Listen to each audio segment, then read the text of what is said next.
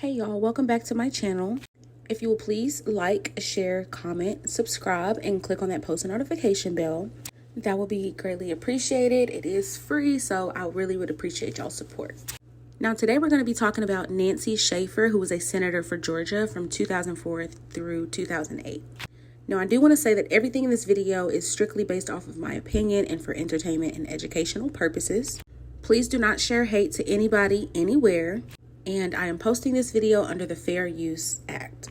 Now, Nancy was mostly known from allegedly exposing CPS for child transferring.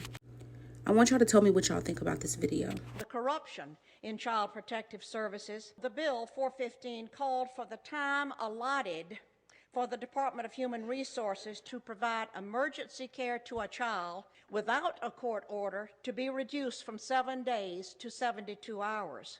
The Department of Child Protective Services has become a protected empire built on taking children and separating families.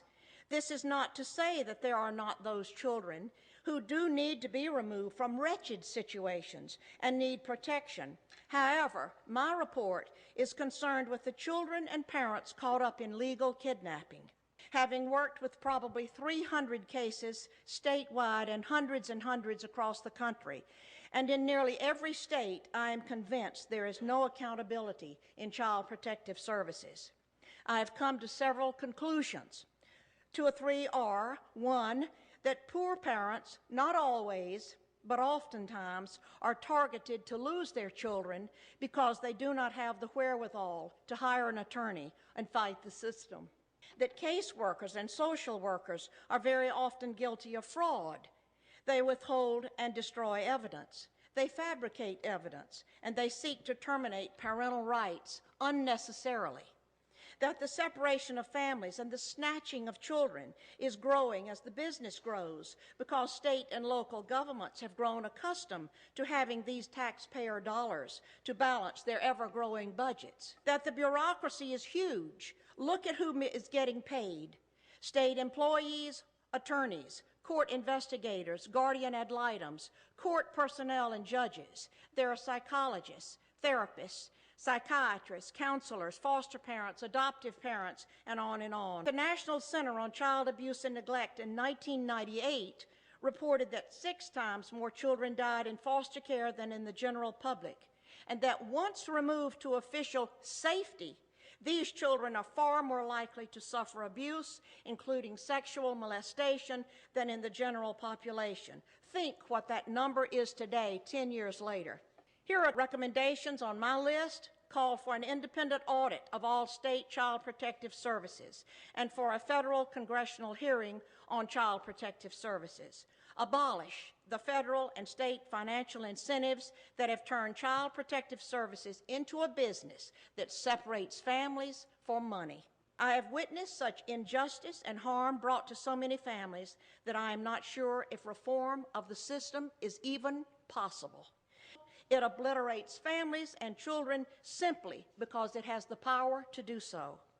What I have said to you in these few minutes is that we must confront the fraud in Child Protective Services. No child who emerges from the system can ever be sound or whole. Many disappear and never are ever heard from again. God will not stand for what is happening to our children and our families. His heart beats for these children. He will lift up the downtrodden.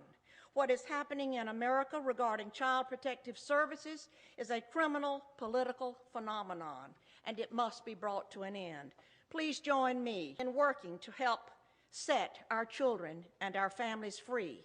To whom much is given, much is required. As you pray for this nation, pray for the upcoming election and for our national financial crisis. Please pray for our children and for our families. We all must press on and win this race for America. Now, I know that was a mouthful, but you guys have to listen to what she's saying. In my opinion, I would say that it is true. I mean, we've heard Allie Carter come out and say these things as well. Now, this is not the first time that I've heard this.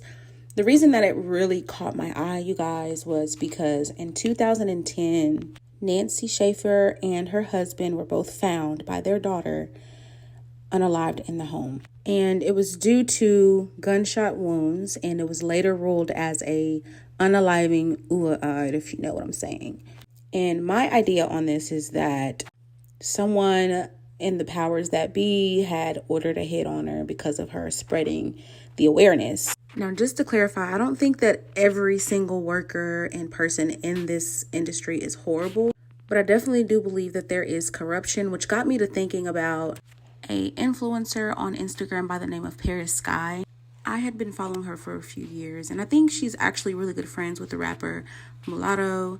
But I was very shocked when it came to my attention that her son was wrongfully taken from her. A Texas mother today continues her fight to regain custody of her 2-year-old son. Child Protective Services removed him from her home. This was after a disagreement over his medical care. A Denton County judge is now set to decide on the boy's placement. That's going to happen tomorrow morning. But ahead of that hearing, our Caroline Vandergrift today speaking to his mother. It's been more than 80 days since 2-year-old Josiah Sanders has been away from his mom. But I just can't imagine the emotional toll it's taken on him. I know how hard it is for me, and I'm an adult, so I can't imagine the pain that he's going through. Jocelyn Sanders says a trip to Children's Medical Center Dallas last December turned into a CPS investigation. The toddler's pediatrician advised Sanders to take him there for testing after his weight dropped and he developed a rash. Sanders objected to the antibiotic the doctors wanted to give Josiah, so she left the hospital against medical advice. That decision triggered a complaint to CPS, which is standard protocol. So the next day, a CPS worker went to the family home in Corinth. Sanders says she told that CPS employee she had already taken Josiah to the pediatrician that morning and received an alternate antibiotic, and that she was also willing to take him to a different hospital for further evaluation. Sanders says she made CPS aware that Josiah was under the care of a nutritional feeding therapist as well. Still, the CPS worker removed Josiah from the home, reportedly over concerns for his medical health. Sanders alleges CPS didn't include any of the information about her current treatment plan for her son in its affidavit to the court. That CPS took out the information that literally deemed you under state law, allowed that judge to even remove this child. The social justice group Next Generation Action Network is helping Sanders and her family navigate this legal battle. They want the judge to not only return Josiah to his mother's custody, but to hold CPS accountable for what happened. This is something that if someone would have done their proper due diligence, we wouldn't be here today. Sanders will likely take the stand tomorrow to fight to be reunited with her son. I'm just honored that we were able to shed light on this story as well, on this injustice, and hopefully bring about a change in the future, because there's no telling how many other families are dealing with this situation and just don't have the ability to speak out on it. Now, since this incident has happened, Paris has given her life over to God. She even got baptized.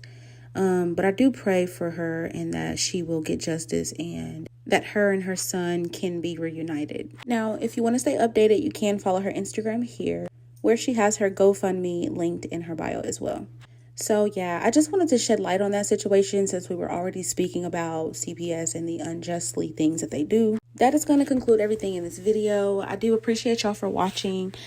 Please like, share, comment, subscribe, all that good stuff. And let me know what y'all think down in the comments, because I really do feel that something is sinister here.